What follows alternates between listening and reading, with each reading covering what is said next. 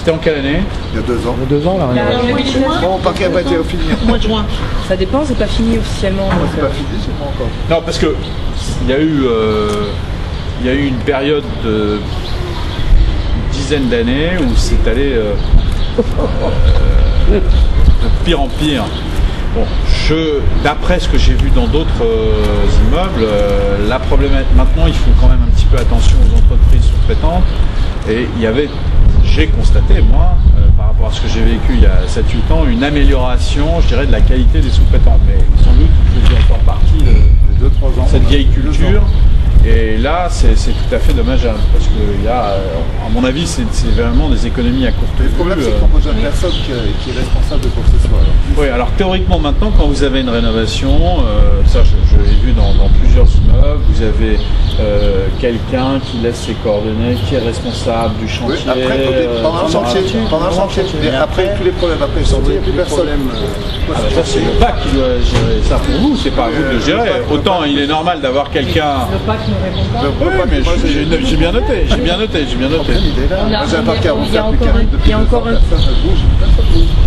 Il y a encore un courrier qui a été envoyé la semaine dernière pour demander le certificat de conformité qui a dû être établi à la fin des travaux. Et officiellement, certificat de conformité, la réponse de l'OPAC, c'est n'a pas à être fourni au locataire. Alors que d'un point de vue légal, dans le cadre d'une réhabilitation Palulo, sauf erreur réellement de ma part, ce qui me paraît bizarre parce qu'on a quand même pris conseil auprès de la DIL, à la fin des travaux, il y a un certificat de conformité qui est établi, qui est donné en pièces avec la modification de la surface corrigée et du prix au mètre carré, et tout ça est envoyé en même temps pour la notification du nouveau loyer. On n'a jamais reçu ce document. Le poste de chauffage a monté de 84%. On est passé de 29 000 à 40 et quelques mille euros pour 16 jours de chauffe en moins. On a écrit et on a fait toutes les strates. On est parti. Oui, mais là, avec l'appui du député, on est allé du plus petit au plus haut. Le système s'améliore, il souhaite que le fait du prince forcément au moment où vous le souhaitez. Donc, mais voilà, mais il est prêt à servir d'ailleurs, il est là. Mais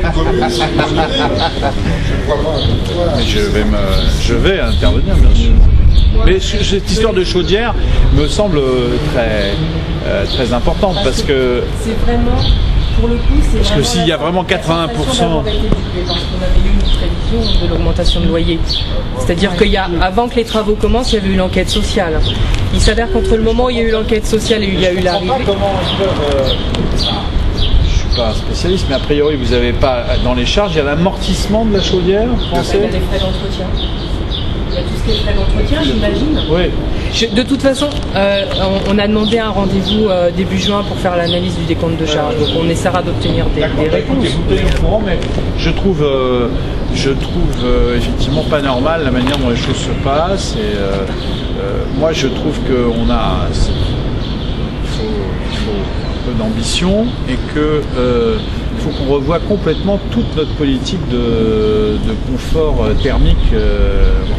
On est confronté, au-delà du problème du prix que vous posez et qui est parfaitement légitime.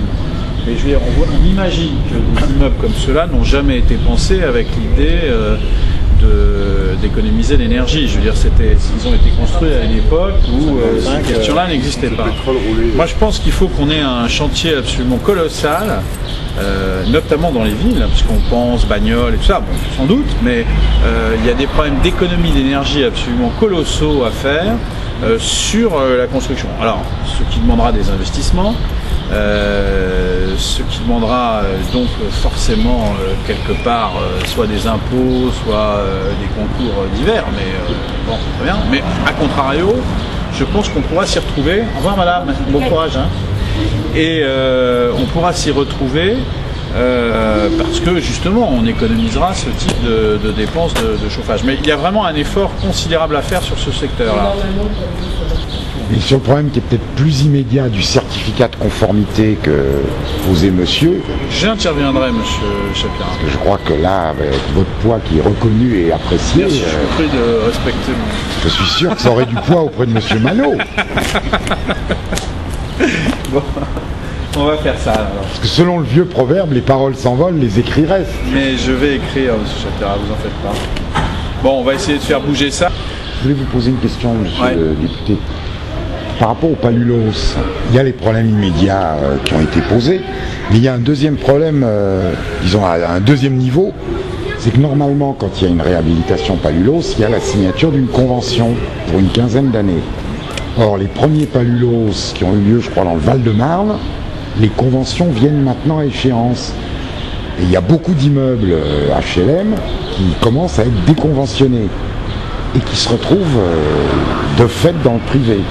Et ça, quand il y a les réhabilitations Palulos, on ne le dit pas aux locataires que, outre les désagréments des travaux et l'augmentation de la surface corrigée, sous 15 ans ou 20 ans selon les conventions, non, vous faites après, à des logements privés. C'est-à-dire qu'il y a eu des logements privés qui ont été rénovés Palulos. Non, même, c'est du, même des HLM. Quand c'est de l'opaque... Les années qui suivent, il serait vendu, il serait proposé à la vente.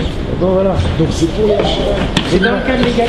Écoutez, moi, j'ai pas de problème, je suis opposé à cette politique de mis à la vente. Et d'ailleurs, la ville de Paris ne met pas en vente des logements HLM. Oui, mais là, le problème qui est posé, c'est la convention. Oui, j'entends. Mais c'était une politique qui n'est plus la politique, qui n'est pas la politique appliquée par la ville de Paris, en tout cas. Mais vous avez raison. Pourquoi alors c'est marqué sur... Parce que c'est une convention qui est appliquée par l'État. Le Palulos, c'est pas la ville de Paris, c'est l'État.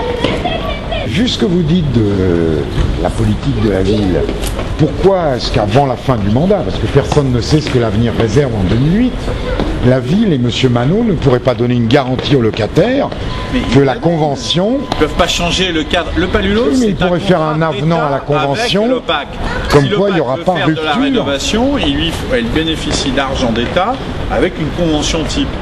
Voilà. Maintenant, après, la ville gère, ou ne gère pas, enfin l'OPAC gère ou ne gère pas selon la volonté du contrat.